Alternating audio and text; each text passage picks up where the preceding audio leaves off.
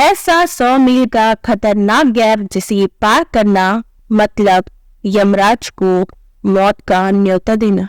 इस गैप का नाम है डैरियन गैप। इस डैरियन गैप की वजह से ही आज तक नॉर्थ अमेरिका से साउथ अमेरिका तक कोई भी रोड कनेक्शन नहीं है, ना ही कोई ट्रेन ट्रैक। इसी गैप को कई हजार लोग अपने बड़े सपने में करके हर साल पार करते हैं। ये साउथ अमेरिका के कोलंबिया, इक्वाडोर और वेनेजुएला के लोग हैं जो इसको पार करके सेंट्रल अमेरिका और नॉर्थ अमेरिका की तरफ जाते हैं। अभी तक इसको सिर्फ 7 बार ही पूरी तरह से क्रॉस किया गया है। क्या वाकई डैरियन गैप इतना खतरनाक है? और आज तक डैरियन गैप में कोई रोड क्यों नहीं बना है? तो चलिए जानते हैं इस वीडियो में इस क्वेश्चन के बारे में। नमस्कार दोस्तों, स्वागत है आप सभी का फैक्ट एक्सपोज चैनल पर। ये डैरियन गैप पनामा का एक भौगोलिक क्षेत्र है जो मध्य अमेरिका के भीतर अमेरिकी महाद्वीप को जोड़ता है, जिसमें पनामा के डैरियन प्रांत और कोलंबिया के चोको विभाग के उत्तरी भाग में एक बड़ा जल क्षेत्र, जंगल और पहाड़ शामिल है। डैरियन गैप एम्ब्रा वुनान और गुनानोवो का घर है, जो पनामा पर स्पेनिश आक्रमण के बाद 1535 तक विलुप्त हो गए थे। 1995 में 5 जनजातियों के बीच डैरियन गैप की आबादी करीबन 8000 थी। यहाँ की प्रमुख फसलें हैं मक्का, कसावा, केला। तो अब बढ़ते हैं डैरियन गैप के खतरे की तरफ। आखिर डैरियन गैप में ऐसे कौन से खतरे हैं? ना मौसम। Darien gap line of equator से कुछ 100 किलोमीटर ऊपर है, जिसकी वजह से यहाँ बहुत ज्यादा गर्मी होती है। इससे नॉर्थ और साउथ में है एंटार्क्टिक ओशन और पैसिफिक ओशन, जिसकी वजह से यहाँ बहुत ज्यादा उमस होती है। 365 दिनों में करीबन 340 दिनों के आसपास यहाँ हमेशा बारिश ही रहती है। अधिक बारिश होने की वजह से यहाँ फ्लड, लैंडस्लाइडिंग भी होती है। उमस और अधिक बारिश होने की वजह से यहाँ दलदल भी बहुत है, जिसकी वजह से यहाँ पे किसी प्रकार का कंस्ट्रक्शन हो पाना लगभग नामुमकिन है। कंक्रीट हो या सीमेंट, सबको सूखने के लिए एक गर्म मौसम की जरूरत होती है। डैरियन गैप का दूसरा खतरा, खतरनाक जानवर और जहरीले कीड़े मकोड़े। शायद नहीं हमारी धरती में इस जंगल के अलावा खतरनाक और जहरीले जानवर, कीड़े मकोड़े कहीं होंगे। और तो इस बड़े घने जंगल में एक हॉस्पिटल तो छोड़ो, एक छोटा सा क्लिनिक या घर तक नहीं है। अगर इन जहरीले जानवर या कीड़े मकोड़े में से किसी ने भी इन यात्रियों को काट दिया तो उनकी मौत 99% कंफर्म है। तो क्या इन्हीं वजहों से आज तक यहाँ पे रोड नहीं बन पाई है?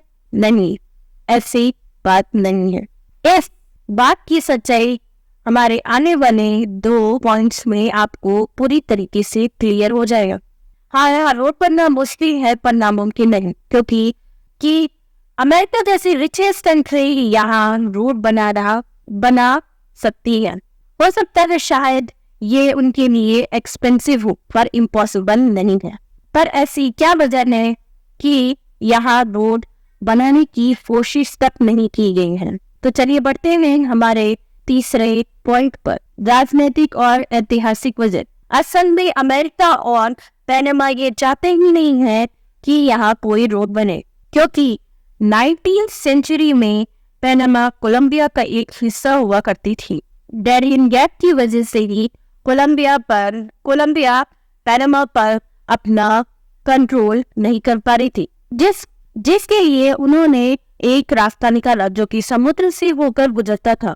इसी डिस्कनेक्शन की वजह से पनामा ने कोलंबिया से आजादी के लिए एक मुहिम चालू की और इस आजादी मुहिम पर एक पावरफुल कंट्री ने खूब सपोर्ट किया। वो कंट्री थी यूनाइटेड स्टेट ऑफ अमेरिका। क्यों किया? यूनाइटेड स्टेट ऑफ अमेरिका बहुत ज्यादा इंटरेस्टेड थी पनामा कैनाल पर, क्योंकि पैनामा के बनने से पहले यूएसए के ईस्टर्न और वेस्टर्न कोस्ट तक ट्रेडिंग कर पाना हद से ज्यादा मुश्किल था, क्योंकि उनकी सारे शिप्स को पूरा साउथ अमेरिका घूम करके ही जाना पड़ता था। ईस्टर्न और वेस्टर्न कोस्ट इसी वजह से एक दूसरे से डिस्कनेक्ट थी, जिसका हल उन्होंने एक आर्टिफिशियल कैनाल बनाकर निकाला, जिसकी वजह से आज सभी शिप्स और नेवी बहुत ही कम समय में ईस्टर्न कोस्ट से वेस्टर्न कोस्ट तक आसानी से पहुंच पाती है, जिस वजह से पैनामा पर हकदारी जमाना जरूरी था। पर कोलंबिया ये नहीं चाहती थी कि पैनामा को यूएसए को दे दे, जो कि यूएसए भी जानती थी। इसलिए यूएसए ने पैनामा के आजादी के मुहिम पर बढ़ चढ़कर उसको सपोर्ट किया। रिजल्ट ये हुआ कि 1903 में पैनामा एक आजाद देश बन गया और अमेरिका ही थी जिसने पहली बार पैनामा को रिप्रेजेंट किया। इसके बदले पैनामा ने कैनाल के आसपास के सभी एरिया को कुछ समय की लीज के लिए अमेरिका को दे दिया था। 1999 के बाद अमेरिका ने इस एरिया को पैनामा को वापस दे दिया, पर आज भी पैनामा को अमेरिका और चाइना हद से ज्यादा यूज करती है। इवन यहाँ कार्गो शिप्स अपना डेली का इंपोर्ट और एक्सपोर्ट भी करती है। इसीलिए पैनामा कैनाल अभी कई कंट्रियों के लिए बहुत इंपॉर्टेंट है। तो वापस चलते हैं अपने मेन मुद्दे पर, डैरियन गैप पर। ये इस वीडियो का आखिरी और बहुत खास इंपॉर्टेंट पॉइंट है, जिसकी वजह से आज तक डैरियन गैप पर कोई रोड या ट्रेन ट्रैक नहीं बन पाई।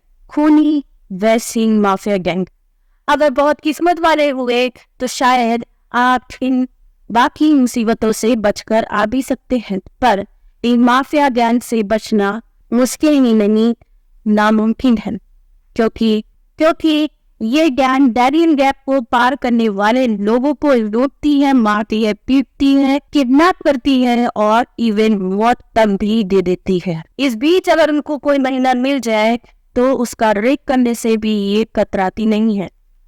अगर महिला कोई विरोध करती है तो उसका सर धड़ से अलग भी कर देती है। इसी वजह से पैनामा और कोलंबिया की गवर्नमेंट ये चाहती ही नहीं है कि डैरियन गैप में कोई रोड बने, क्योंकि अगर रोड बन जाएगी तो इनको ड्रग्स सप्लाई करने में बहुत आसानी हो जाएगी।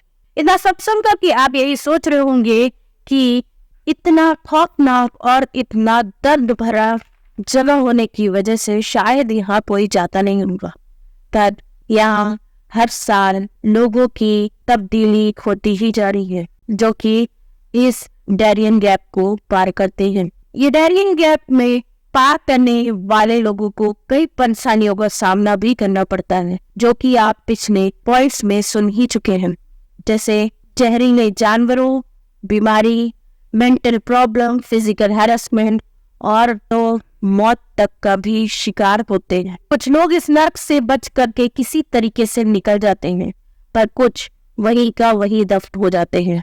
आजकल डैरियन गैप इसलिए फेमस हो रही है क्योंकि यहाँ से कई लोग हर साल इनलीगली दूसरी जगह जैसे सेंट्रल अमेरिका और नॉर्थ अमेरिका जाते हैं। तो ये है असली डैरियन गैप, जहाँ एक साइड है गरीबी, मौत, बीमारी और कई प्रकार के टॉर्चर, वही एक साइड है अमीरी की चकाचौंध और बहुत कुछ। अगर आपको ये वीडियो पसंद आती है तो प्लीज हमारे वीडियोस को अपना प्यार और सपोर्ट जरूर दीजिएगा।